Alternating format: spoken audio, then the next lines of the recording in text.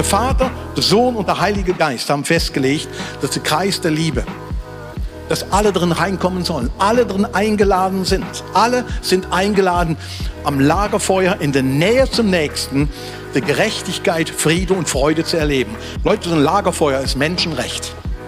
Das ist nicht ein Programm von uns als Kirche. Am Lagerfeuer, da passiert wirklich das Recht für alle Menschen. Alle sind eingeladen.